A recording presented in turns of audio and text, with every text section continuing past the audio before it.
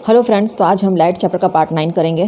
तो सबसे पहले मैं आपको ये बता दूं, अगर आप मेरे ये सारे क्वेश्चंस कर लेते हैं तो आपको चैप्टर को डीप में पढ़ने की ज़रूरत नहीं पड़ेगी। इन सारे क्वेश्चंस के साथ, क्योंकि मैंने क्लैरिफिकेशन भी दे रही हूँ, इन सारे क्वेश्चंस के साथ आपका इस चैप्टर से सारा प्रिपरेशन हो जाएगा। ये लॉन्ग एंड शॉर्ट वीडियोज़ मैंने एनसीईआरटी वन लाइनर भी दिया अपने शॉर्ट्स में, तो आपका पूरा चैप्टर कवर हो जाएगा। आपको कुछ भी एक्स्ट्रा पढ़ने की ज़रूरत नहीं है। ये सारे क्वेश्चंस आपको कॉम्पिटिटिव एग्जाम में रिपीट होते हुए दिखेंगे।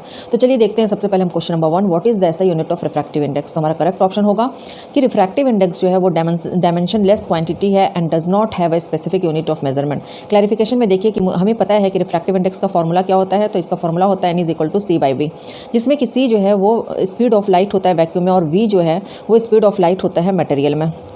तो हमारा जो यहाँ पे स्पीड ऑफ लाइट है वो क्या हो जाएगा, C जो है वो 3 × 10⁸ मीटर पर सेकंड होता है। अब रिफ्रैक्टिव इंडेक्स में यूनिट इस वजह से नहीं होता है क्योंकि अब C/V अगर हम करते हैं तो C का भी जो यूनिट होगा वो मीटर पर सेकंड हो जाएगा और V का भी, तो इस वजह से वो दोनों ऊपर नीचे होने की वजह से कैंसिल हो जाएगा। ठीक है, और इस वजह से रिफ्रैक्टिव इंडेक्स यानी N का वैल्यू जो है वो डायमेंशन लेस हो जाएगा। अब हम देखते हैं question number 2, the refractive index of a clear substance refers to. तो हमारा करेक्ट आंसर हो जाएगा it is the relationship between the velocity of light in a vacuum and its speed in a specific medium. ये तो हम जानते ही हैं। अब हम देखते हैं question number 3, using the provided details determine the image distance that is V for a convex lens with an object height of 2 centimetre, a focal length of 10 centimetre and the object position 15 centimetre away from the lens. ठीक है, तो हमारा correct answer क्या हो जाएगा, हमारा correct answer हो जाएगा +30 सेंटीमीटर। सबसे पहले तो हम इसके लिए इमेज देखते हैं कि ऐसे सिचुएशन में हमारा इमेज कैसा बनेगा।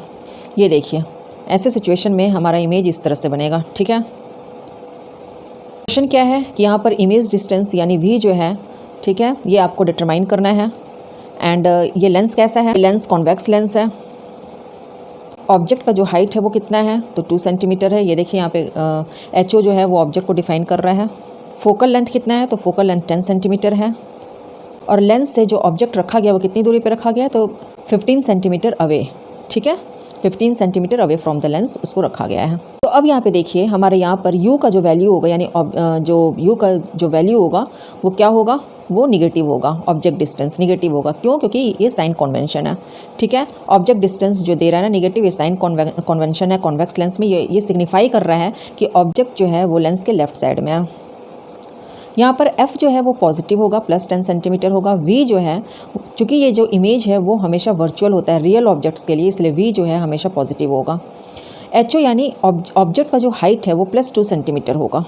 साइन कन्वेंशन के अकॉर्डिंग ऑब्जेक्ट का जो हाइट है वो कब पॉजिटिव होता है, जब वो प्रिंसिपल एक्सिस के ऊपर, और हम ऊपर उसको मेज़र करते हैं। ठीक है, प्रिंसिपल एक्सिस के वो ऊपर प्रेजेंट होता है और हमें जो मेजरमेंट करना है वो अपवर्ड्स की ओर मेज़र करना है। तो ऐसे केस में जो ऑब्जेक्ट का जो हाइट होता है वो प्लस साइन का होता है। ठीक है, इमेज का जो हाइट है वो भी पॉजिटिव होगा, क्योंकि इस केस में इमेज जो है वो भी प्रिंसिपल एक्सिस के ऊपर बन रहा है और उसको भी हम अपवर्ड मेज़र कर रहे हैं।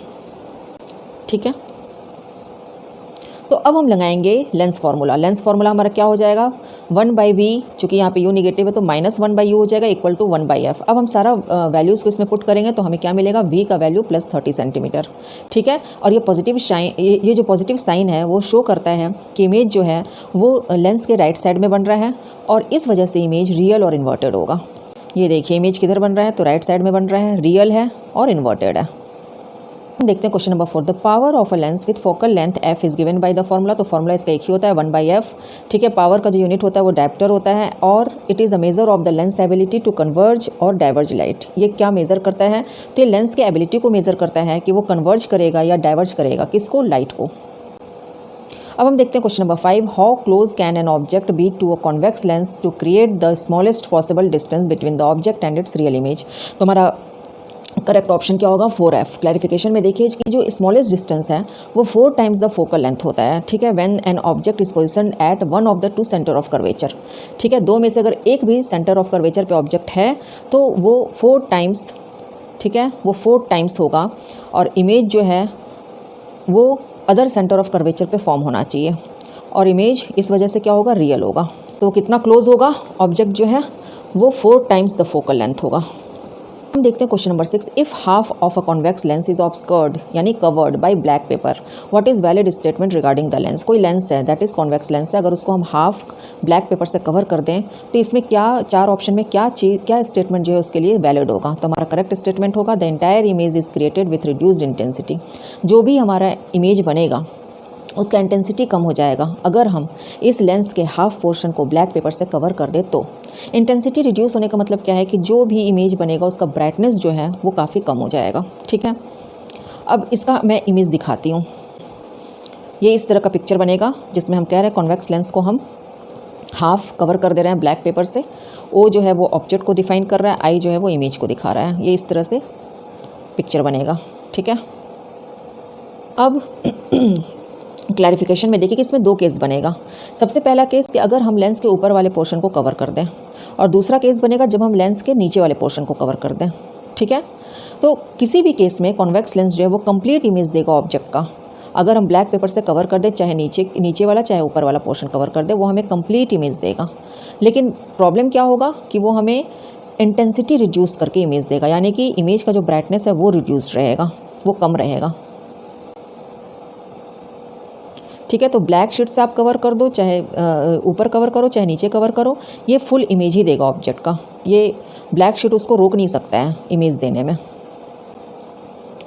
अब देखते हैं question number 7। When light travels from air to a glass slab with a refractive index of 1.5 and the angle of incidence is 30 degree, determine the value of the sine of the angle of refraction that is I2, use the given value that sine 30 degree is equal to 1/2। तो हमारा correct option होगा 1/3। Clarification में देखिए, Snell's law जो है वो describe करता है angle of incidence and refraction को जब लाइट जो है वो पास करता है डिफरेंट मीडियम से। ठीक है, तो इसको हम एक्सप्रेस कर सकते हैं n1 sin θ1 is equal to n2 sin θ2 से, जिसमें कि n1 और n2 जो है वो रिफ्रैक्टिव इंडिसेस होता है दो मीडियम का, और θ1 θ2 जो है वो angle of incidence and refraction है रेस्पेक्टिवली, यानी कि θ1 एंगल ऑफ इंसिडेंस है और θ2 एंगल ऑफ रिफ्रैक्शन है। तो सबसे पहले हम इमेज देखते हैं किस तरह का इमेज बनेगा इसमें। देखिए इस तरह का इमेज बनेगा। अब स्नेल्स लॉ में तो हमने अभी आपको बताया n sin θ1 is equal to n2 sin θ2। ठीक है, तो यहाँ n1 क्या है 1 है, n2 क्या है 1.5 है। ठीक है, θ1 क्या है तो sin 30 डिग्री होगा, और θ2 यानी एंगल ऑफ रिफ्रैक्शन क्या है तो नहीं पता है और वो हमें निकालना है, तो sin r करते हैं। फिर अगर हम अपने सारे वैल्यूज़ को इस इक्वेशन में पुट ऑन करते हैं तो हमें लास्ट में मिलता है sin r is equal to 1/3, और इस वजह से r is equal to sine inverse 1/3 जो कि है हमारा एंगल ऑफ रिफ्रैक्शन। ठीक है, ऑप्शन क्या हो रहा है 1/3। अब हम देखते हैं question number 8। Out of the options provided identify the material that is unsuitable for crafting और मेकिंग अ लेंस। ये सारे ऑप्शंस दिए हुए हैं, वाटर, ग्लास, क्ले, प्लास्टिक। इसमें से ये पूछा जा रहा है कि इसमें से कौन सा मटेरियल जो है वो लेंस को बनाने के लिए अनसुटेबल है। तो हमारा करेक्ट ऑप्शन हो जाएगा क्ले। ठीक है, क्ले जो है वो सुटेबल नहीं होता है लेंस को बनाने में, क्योंकि ये सारे ऑप्टिकल प्रॉपर्टीज़ को लैक करता है। वो ऑप्टिकल प्रॉपर्टीज़ जो हमें चाहिए होता है एक effective light refraction and focusing के लिए। ठीक है, its composition surface characteristics are not conducive to forming the precise shape and smooth surface necessary for lens functionally। इसका जो सरफेस है उसका कंपोजिशन बोलिए, कैरेक्टरिस्टिक बोलिए, वो उस तरह का नहीं होता है जो हमें चाहिए होता है जैसे लेंस के लिए। ठीक है, जिसमें कि लेंस बहुत अच्छे से वर्क कर सके। जो हमें चाहिए है लेंस के लिए, जो हमें सरफेस चाहिए जो बहुत अच्छे से वर्क कर सके, तो ऐसे में क्या होता है कि क्ले जो है वो वैसा हमें सरफेस नहीं दे पाता है। ठीक है, सरफेस कैसा होना चाहिए, स्मूथ होना चाहिए, जो वो हमें नहीं दे पाता है। तो इस वजह से लेंस क्या है वो अच्छे से वर्क नहीं करता है। क्वेश्चन नंबर 9 देखिए, diamond has a refractive index of 2.42 while glass has a refractive index of 1.52। Calculate the speed difference at which light travels in glass compare to a diamond. तो हमारा करेक्ट ऑप्शन हो जाएगा 1.59। Clarification में देखिए, refractive index यानी कि n का value क्या होता है तो n is equal to c/v होता है, जिसमें कि n रिफ्रैक्टिव इंडेक्स है, c जो है स्पीड ऑफ लाइट है वैक्यूम में, जिसका कि अप्रॉक्स वैल्यू क्या होता है 3 × 10⁸ मीटर पर सेकंड होता है, v जो स्पीड ऑफ लाइट है गिवन मीडियम में। अब इस फॉर्मूला को जो हम यूज़ करेंगे n is equal to c/v, इससे हम v निकालते हैं, v is equal to c/n होता है। तो v diamond by v glass is equal to c diamond by n diamond by c glass by n glass होगा। ठीक है, तो अब v diamond by v glass is equal to n glass by n diamond हो जाएगा, क्योंकि c तो cut जाएगा आपस में, है ना। c का तो वैल्यू सेम होगा 3 × 10⁸ मीटर पर सेकंड, तो c तो कट जाएगा, हमारे पास बचेगा n glass by n diamond. फिर जब इस हम इक्वेशन को सॉल्व करेंगे वैल्यू पुट ऑन करके, तो हमारा v डायमंड जो निकलेगा वो निकलेगा 1.59 v ग्लास। ठीक है, तो कैलकुलेट द स्पीड डिफरेंस, तो हमारा करेक्ट आंसर क्या हो जाएगा 1.59। अब हम देखते हैं question number 10। What details are correct about the eye glasses prescribed with a power of 1.5D by a doctor. एक डॉक्टर है वो क्या करता है आई ग्लास को प्रिस्क्राइब करता है जिसका कि पावर देता है 1 + 1.5D। तो इसमें करेक्ट ऑप्शन क्या होगा। तो हमारा करेक्ट ऑप्शन हो जाएगा हमारा करेक्ट ऑप्शन होगा the lens exhibits a converging behaviour with a focal length of 66 centimetre. Clarification में देखिए, दिया हुआ है कि पावर जो है वो +1.5D है, फोकल लेंथ जो है मीटर में क्या होता है F = 1/P होता है। तो F = पावर का वैल्यू क्या हो जाएगा 1/1.5 मीटर, और F = अगर हम इसको सॉल्व करते हैं 1/1.5 को तो 2/3 मिलता है। फिर 2/3 मीटर को हम सेंटीमीटर में कन्वर्ट करने के लिए into 100 करेंगे, और जब इस इक्वेशन को सॉल्व करेंगे तो हमारा आंसर आ जाएगा 66.7 सेंटीमीटर। तो पावर पॉजिटिव होगा, लेंस कॉन्वेक्स होगा, और इसका कॉन्वेक्स होने की वजह से इसका नेचर क्या सिग्निफाई कर रहा है कि कन्वर्जिंग नेचर होगा। लेंस का कैटेगरी क्या होगा, तो due to the lens having a positive power, चूँकि इसका पावर पॉजिटिव है तो ये कन्वर्जिंग यानी कॉन्वेक्स लेंस होगा। कॉन्वेक्स लेंस कैरेक्टराइज्ड होता है पॉजिटिव फोकल लेंस से, are employed to address far sightedness और हाइपरमेट्रोपिया, मतलब पेशेंट को फार साइटेडनेस और हाइपरमेट्रोपिया है, ठीक है, ये तभी ऐसा लेंस दिया जाता है। आई का क्या कंडीशन है, तो आई जो है, ठीक है, the I condition in question is hyperopia indicating far sightedness, ठीक है।